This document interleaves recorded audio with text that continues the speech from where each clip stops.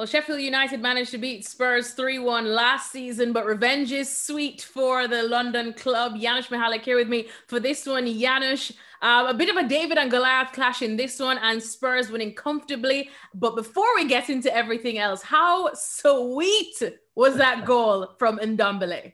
Well, it was. I mean, it was the whole build-up, wasn't it? I mean, and Ndombele himself, inventive, instinctive, I suppose, the way he did a little bit of improvisation, I think, in that goal, of course, because it was a blind finish, but of course, he knew what he was doing. And sometimes you take a chance like this, and it pays dividends. I think even the build-up, because it was Steven Bergwijn, I think, that kind of scoops that ball to him as well. But, what I take out of it is the goal itself is absolutely incredible. But the bigger story of it was that here we were, Spurs in control, Sheffield United score, but, the answer was almost right away from Spurs. That was the importance of it, because it was 2-1 and immediately they came back and put themselves away and in fact closed the game with that. So that to me is just as important as that wonderful goal, because of course the narrative about Mourinho was pragmatic, not closing the games, which he admitted to,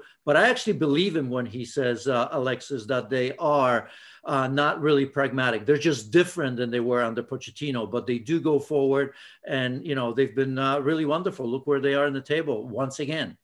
I know they're right ahead of City right now in the table. Granted, City do have 2 games in hand ahead of them, but at least they're back in the top 4 talk, which is something that they did miss out on over these last 2 months. Only 2 wins in their last 7 fixtures for this one. And even though this is Sheffield United, they're fighting for survival in the Premier League this season. There's still a lot of positives to take for Spurs from this match, right? Look, again, this is a different team than that of Pochettino. And I don't think Jose Mourinho is going to apologize that. They're more counter-attacking team, but they are just as effective. And the reason that I think that Jose Mourinho has done a good job is not just the results, not just where they are, but he's made players so much better. Some more than others. Of course, I don't want to say that under Pochettino, Harry Kane wasn't wonderful and Son wasn't. They were, but they played differently. I mean, look at Harry Kane and that goal today again.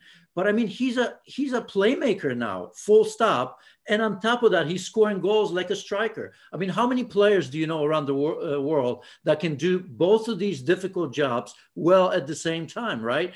Look at Ndombele in that goal, how much better he's made him. Look how much better he's made Dyer, right? I mean, identifying Højbjerg, we've been there, we've talked about it.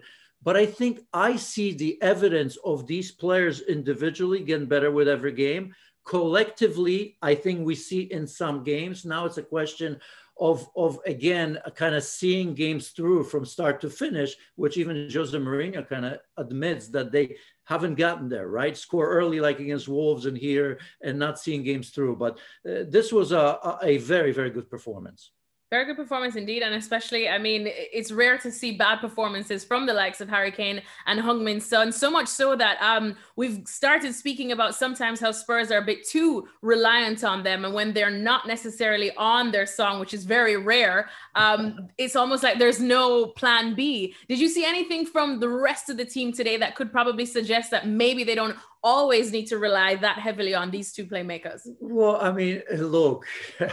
when it works, why wouldn't you not rely on those players? I mean, who doesn't rely on their players? I think it's too easy for us to say, and I can apply this to any league and any team. There are very few when you lose the key players that can survive, right? I mean, Liverpool are not firing on all cylinders, even though the front 3 are healthy and playing. They're not playing the same, right? You can say Manchester United at times, obviously when the key players aren't playing well.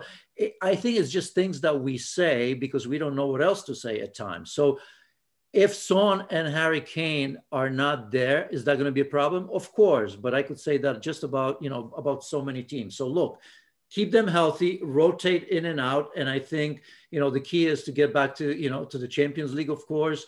And then we'll talk about plan B, because of course, without them, they would struggle. Thanks so much for watching ESPN on YouTube. And for more sports highlights and analysis, be sure to download the ESPN app. And for premium content and live streaming, subscribe to ESPN Plus.